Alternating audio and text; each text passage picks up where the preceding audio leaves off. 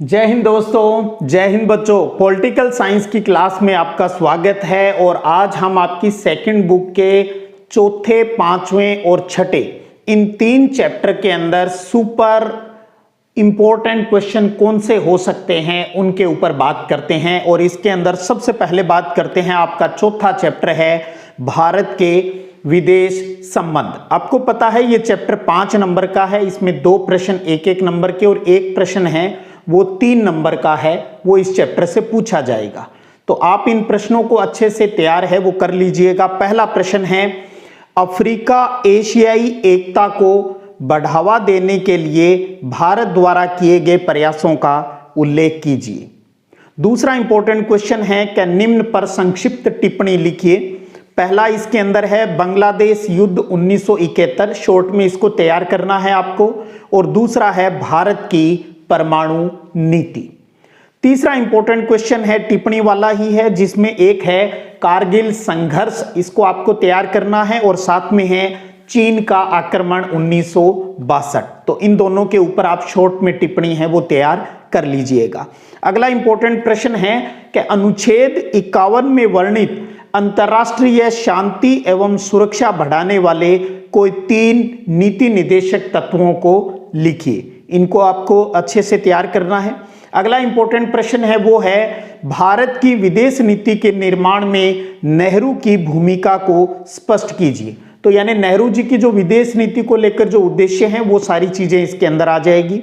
अगला इंपॉर्टेंट प्रश्न है वो है नेहरू विदेश नीति के संचालन को स्वतंत्रता का एक अनिवार्य संकेतक क्यों मानते थे। तो पहले वाला और ये प्रश्न लगभग सेम ही आंसर है। और लास्ट में इस चैप्टर का इंपॉर्टेंट प्रश्न है वो है भारत की विदेश नीति में गुट निरपेक्षता का महत्व बताइए। भारत ने गुट निरपेक्षता की नीति क्यों अपनाई, इसको तैयार करना है। गुट निरपेक्षता आपको पता है 3 जगह आप पढ़ते हो, एक प्रश्न 100% है वो गुट निरपेक्षता की नीति का आएगा। अब बात करें 5वें चैप्टर के इंपॉर्टेंट प्रश्नों की, तो आपको पता है 5वां चैप्टर कांग्रेस प्रणाली, चुनौतियां और पुनर्स्थापना का है। 4 नंबर का चैप्टर है और इस चैप्टर से 2-2 नंबर के इंपॉर्टेंट क्वेश्चन है वो 2 पूछे जाएंगे। तो आप 5-7 प्रश्न इस चैप्टर से तैयार करेंगे, जिसमें पहला प्रश्न है कि 1960 के दशक को खतरनाक दशक क्यों कहा जाता है। पेज संख्या 84 के ऊपर आपको ऊपरी इसका आंसर है वो मिल जाएगा। अगला प्रश्न है भारतीय राजनीति में गैर कांग्रेसवाद से आप क्या समझते हैं। किताब की पेज संख्या 88 के ऊपर ये पॉइंट है वो दिया गया है।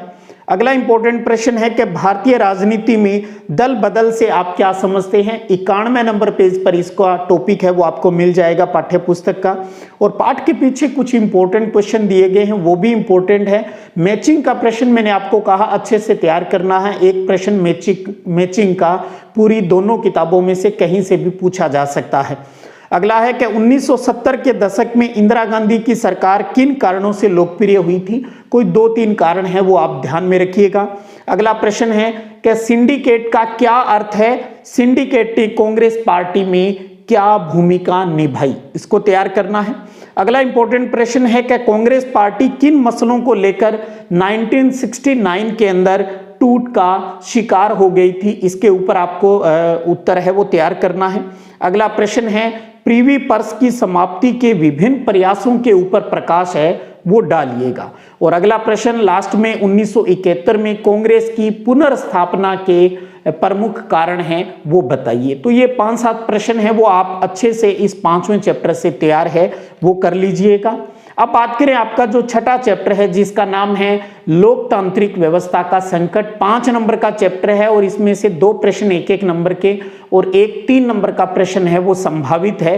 तो 3-3 नंबर के लिए जो इंपॉर्टेंट प्रश्न हो सकते हैं, सुपर इंपॉर्टेंट क्वेश्चन, उनके ऊपर बात करें तो पहला प्रश्न है किन कारणों से वर्ष 1980 में मध्यावधि चुनाव है वो करवाने पड़े, इसको तैयार करना है।